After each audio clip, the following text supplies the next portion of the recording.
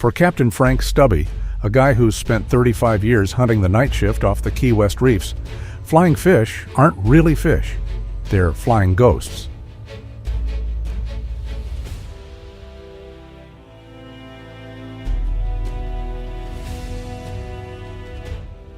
The truth is, these things don't just swim to get away.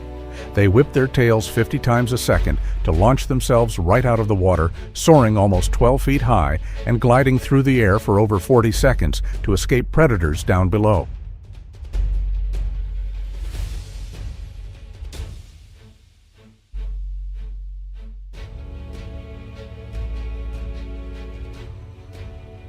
Disoriented by the glare, the flying fish shoot through the air like silver arrows, straight into nets waiting in midair.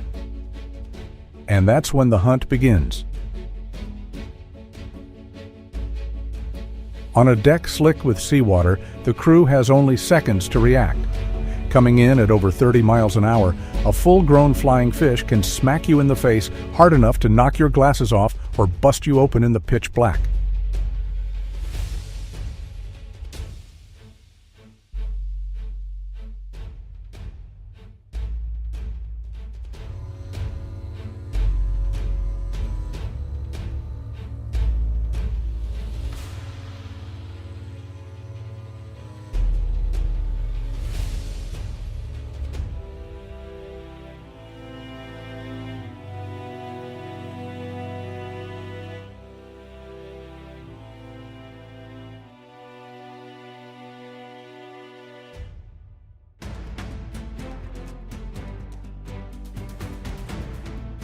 A lot of Key West fishermen will tell you that on dead calm nights, flying fish will literally swarm the deck, launching out of the water like the whole ocean is exploding under the lights.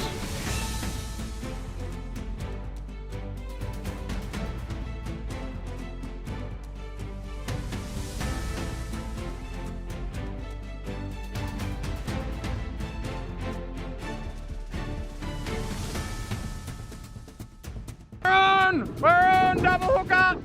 Double hook up! It's happening! It's happening! Big hold out, big hold out. That's one. Push down just a little too hard, and the meat gets crushed instantly.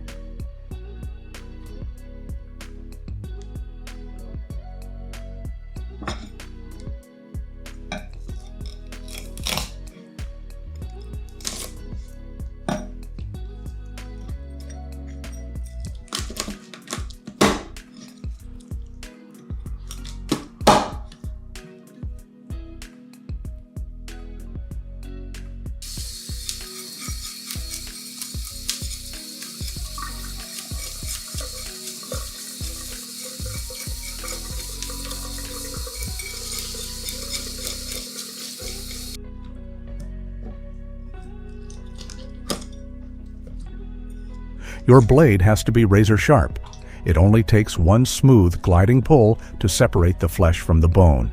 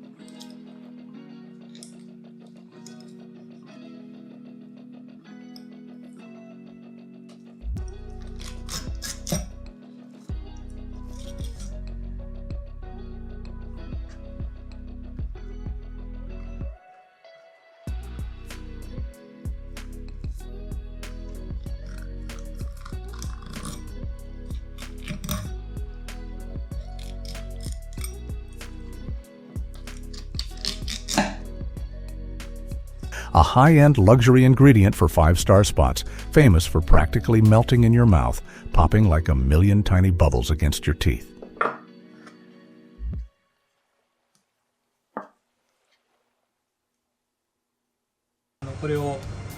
体にまぶしていきます。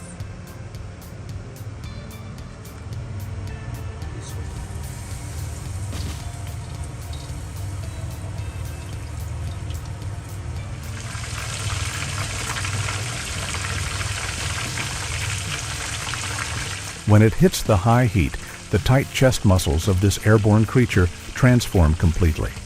The outside crisps up into a golden amber armor, but deep inside, every snow-white flake locks in that pure, juicy sweetness.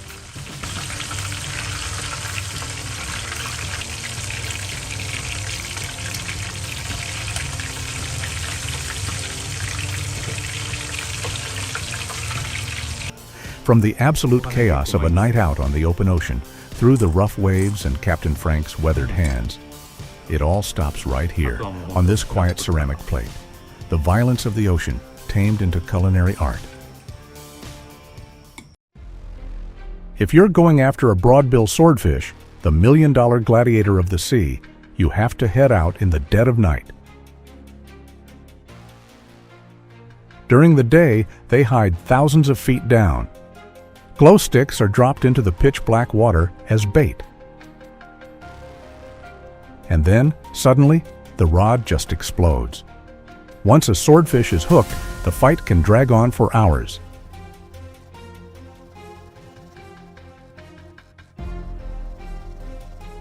Packed with muscle and wielding a spear-like bill, just one thrash next to the boat is enough to make the whole crew back up.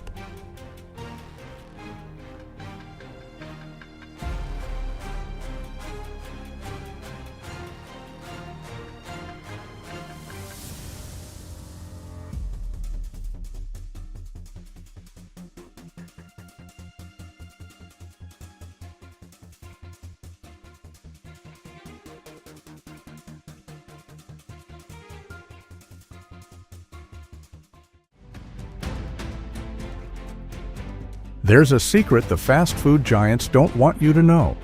90% of those square fried fish patties you eat are just minced, mass-produced pollock pressed into a mold.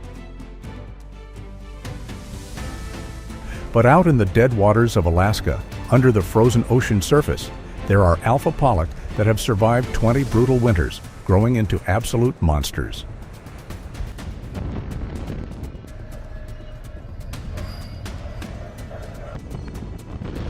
Fishing for them on the edge of the Arctic isn't just a job, it's a deadly gamble for these deep-sea crews. One bad step into that frozen ocean and your heart stops beating in 2 minutes flat.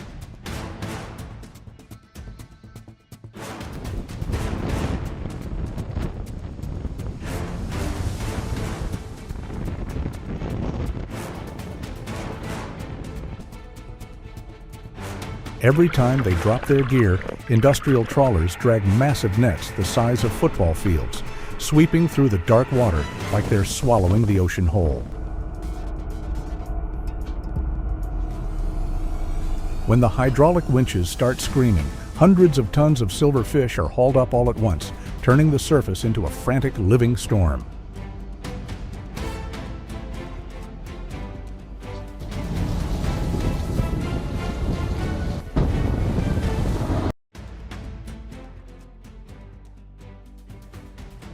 American fishermen call this fish ono, which means delicious, but coastal ER doctors call it a flying razor trap.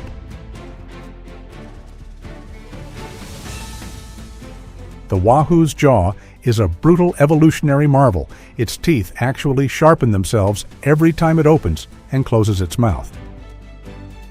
They're sharp enough to bite a large bait fish clean in half and slice through heavy steel wire like it's wet paper.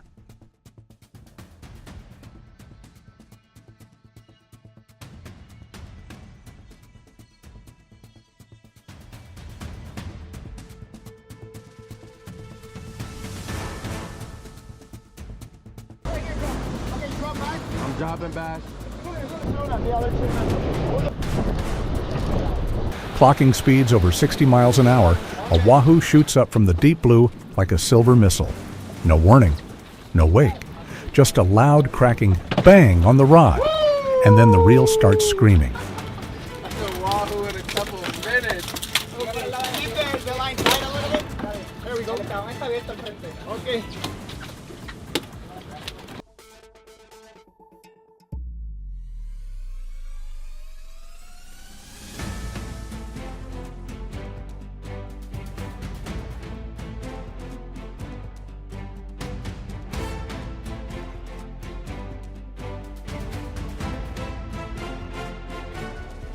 And if it makes a run along the side of the boat or hits the line at the exact wrong angle, those razor-sharp jaws can end the fight right then and there.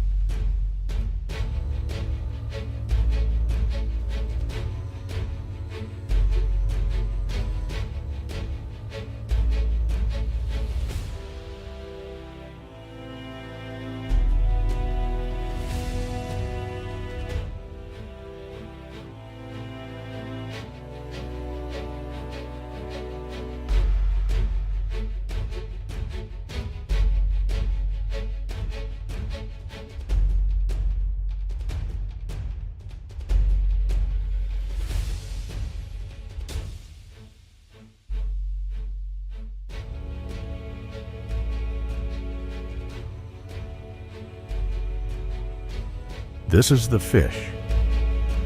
At first glance, a lot of deckhands swear they're looking at a shark, and that's no accident. Out in the open ocean, cobia are notorious for swimming right alongside massive sharks, sea turtles, even manta rays, stealing their scraps and picking off whatever gets kicked up in the water.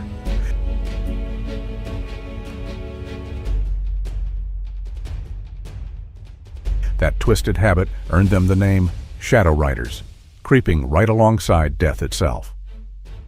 But the scariest thing about them is pure, raw power.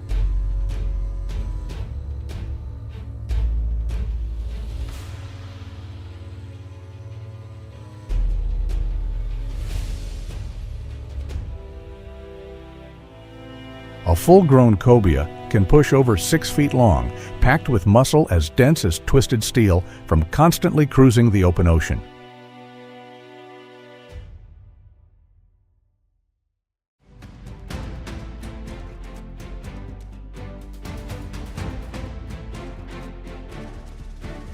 When you hook one, they don't just run like a tuna. They thrash and death roll right at the side of the boat. They'll snap your rod or put a guy on his ass if he's not paying attention.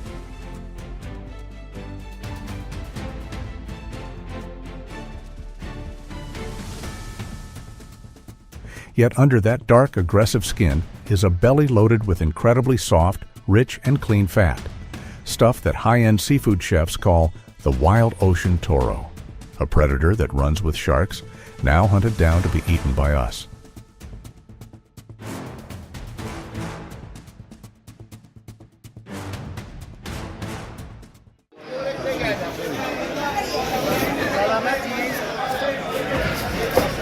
First, you must neutralize the dorsal spines hidden beneath that rough skin. A single jab is enough to cause a severe infection.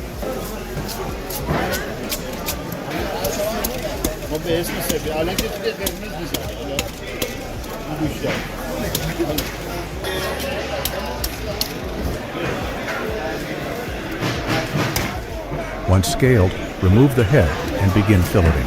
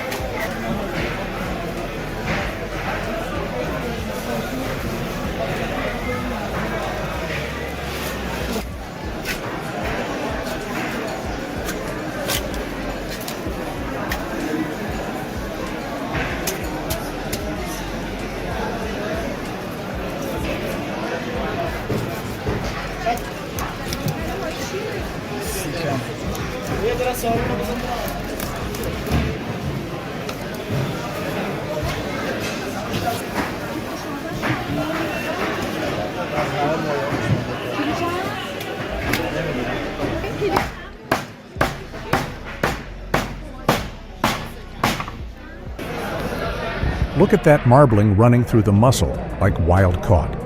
Your blade must glide perfectly along the V-shaped ribcage, a cut too shallow, and you've wasted an entire pound of the richest belly meat.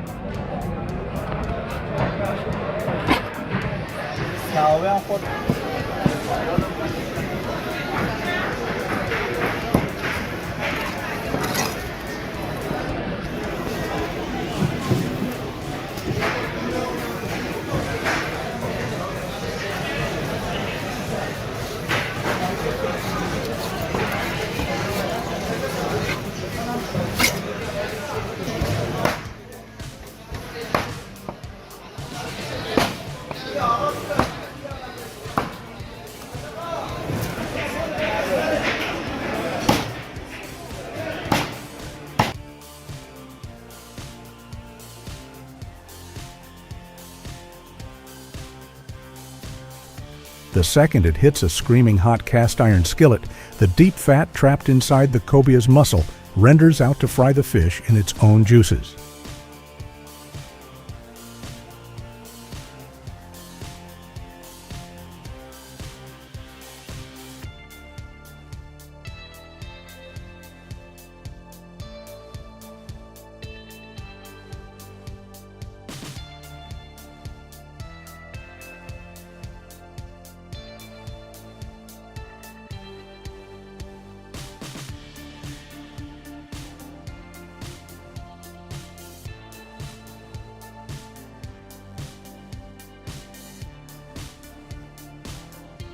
What you get is a fish steak that's perfectly crispy on the outside, but melting and buttery on the inside.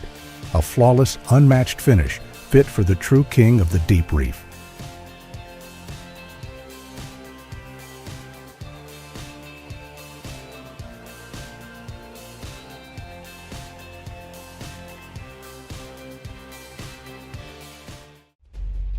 Unbelievable!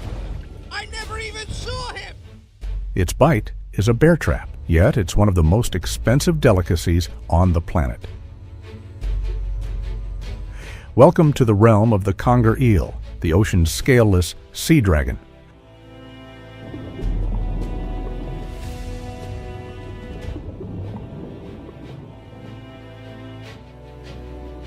Now don't confuse these with your typical freshwater unagi. Congers are a different beast entirely. Just look at the size of this thing. The European conger can reach up to 10 feet long and weigh over 250 pounds.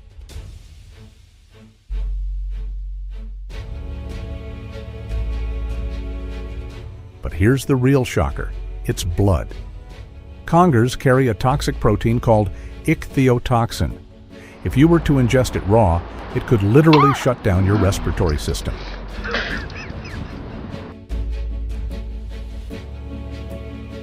They're solitary ghosts, surviving crushing pressures 3,600 feet deep in narrow rock crevices.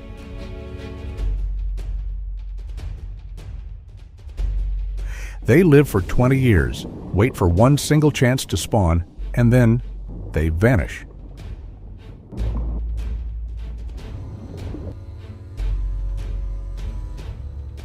But before that happens, they have to face their greatest threat, professional longliners.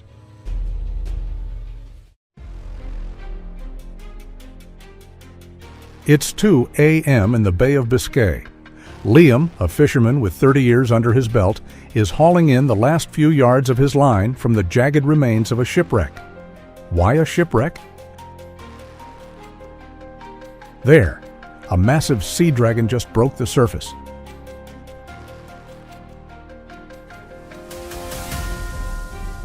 Look at the bend in the rod. Literally only got one. Yeah, I got him. I'm going to try and pick it up. I don't know if it's going to snap. Watch out! Its bite force is basically a bear trap, ready to rip through a rubber boot or take one of Liam's fingers if he slips up for even a second. Using the three-way swivel. I've just got a clip on the bottom bit of it. Well, guys, I was just packing up. Jake, he thinks it's it. Yeah, he thinks it's what? Tonight, Liam's in luck. He's got 15 grade A eels. With prices at the market swinging between $25 and $45 a pound, this 12-hour trip could net him over $2,000. There we are, guys. Look at the reel. And when the sun finally comes up, another method takes over. During the day, fishermen switch to deep bottom rigs baited with squid and mackerel, dropping them straight into rocky ledges where the eels hide from the light. That's a beast.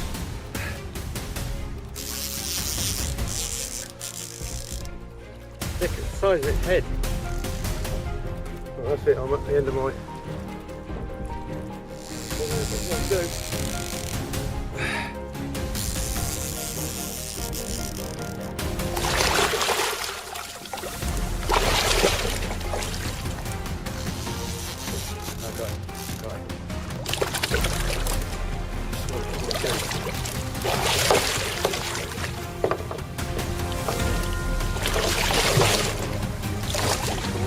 Better bring him on board, I suppose. What do you think, look?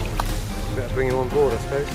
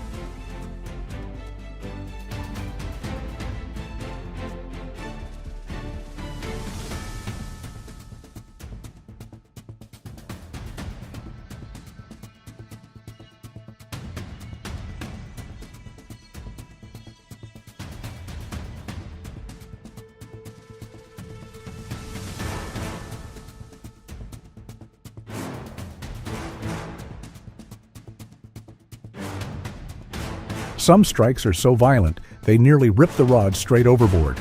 Still, catching the fish is only half the battle. Turning this beast into cold, hard cash, that's where the real secret lies.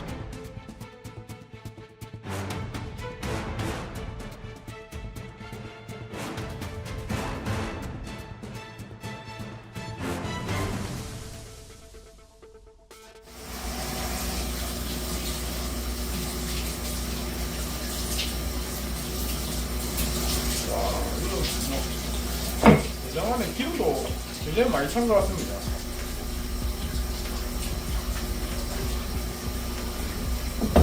Look at this 3-pound monster, even out of the water. It's pure muscle.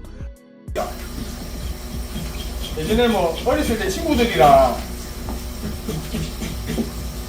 저 월전 안하고 구이집 가서 참 이래 많이 먹었습니다. 그때 뭐 포장마차식으로 돼갖고 굉장히 저렴했거든요.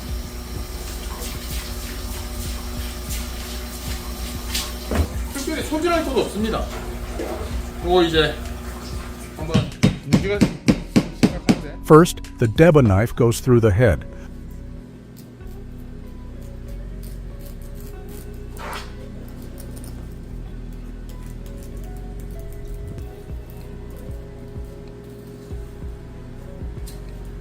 살은 진짜 좋을 것 같은데. 맛은 있겠다. 사로서 냄새야 맛있고.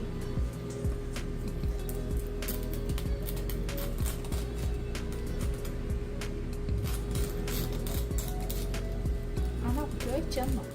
근데 이거는 이라면 빼봤어.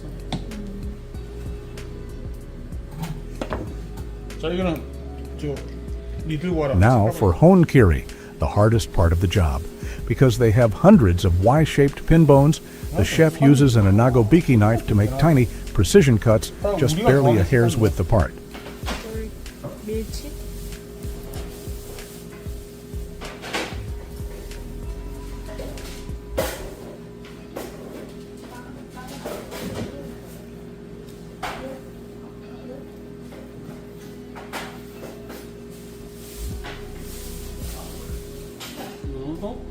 정도만 고치고 있습니다.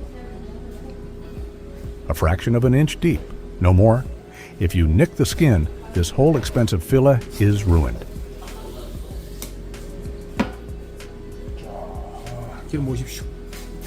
아, 다 끝내. 이만큼만 터치로 옷을 대고 나머지는 다 껍데기를 떼기겠습니다.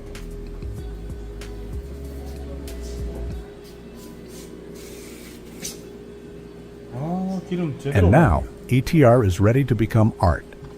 Are you curious about what it tastes like?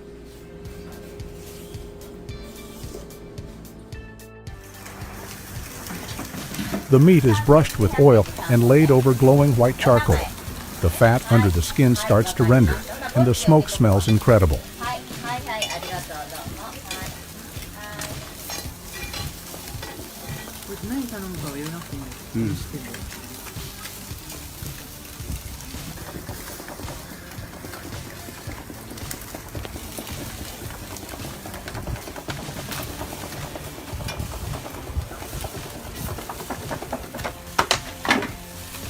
Sato drizzles on the tsume sauce. This holy water is simmered from the eel's own bones and head for 12 straight hours.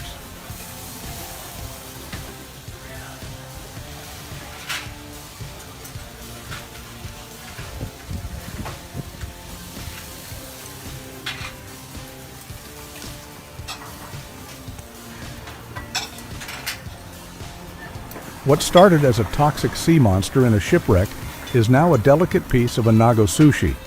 The meat literally melts on your tongue. That clean, sweet flavor replaces all that initial aggression.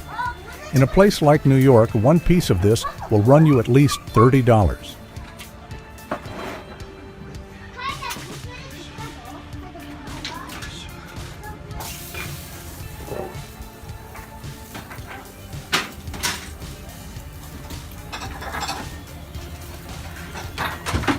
Customers pay it, not just for the taste, but for the grueling journey from the deep sea to the dinner plate.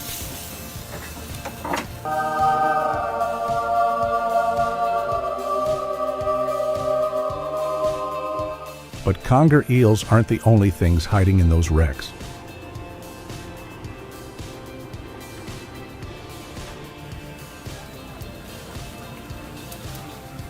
In the next episode, the knives come out for a monster trout where every cut has to be perfect or the entire fish falls apart. You ready?